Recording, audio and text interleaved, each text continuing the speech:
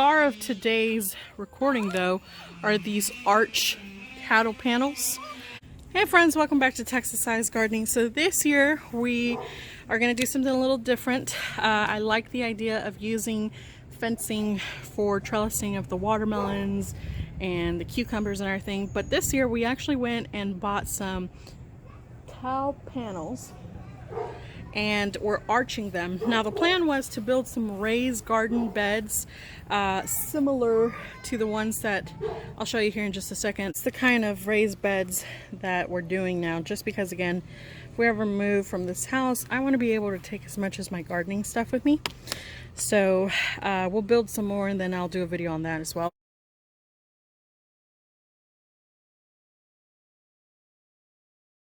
But due to just being able to maneuver this, and we still don't know what we want to do in this large area here, we're just going to go ahead and just use big buckets, big tubs, and then just do the arch panels here. So stay tuned on how to do this. So the first thing, we're going to grab these, arch them over.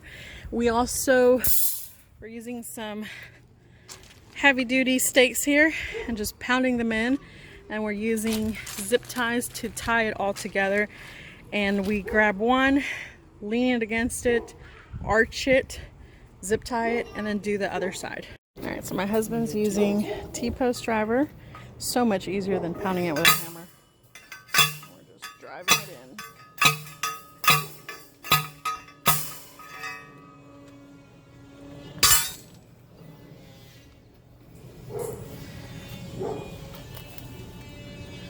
And see, once you've connected one end, so much easier to handle it on the other end. So he's just zip tying this in.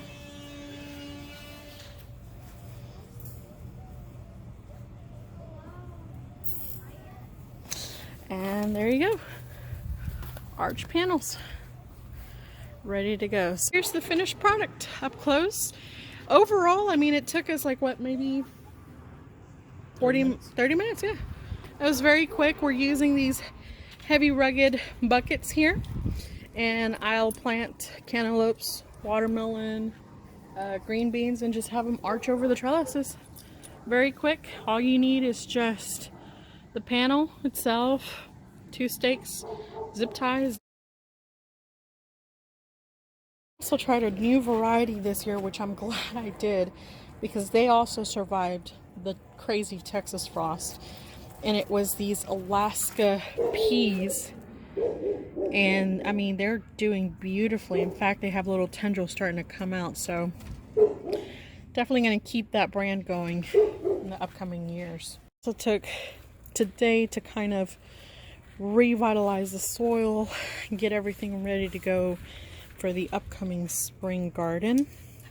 This is going to be where we're going to put all of our okra, and then I left some snap peas that made it through the frost here in Texas.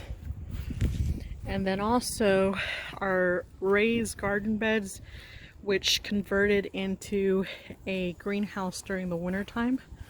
And we put 2 screens here that I can close or open.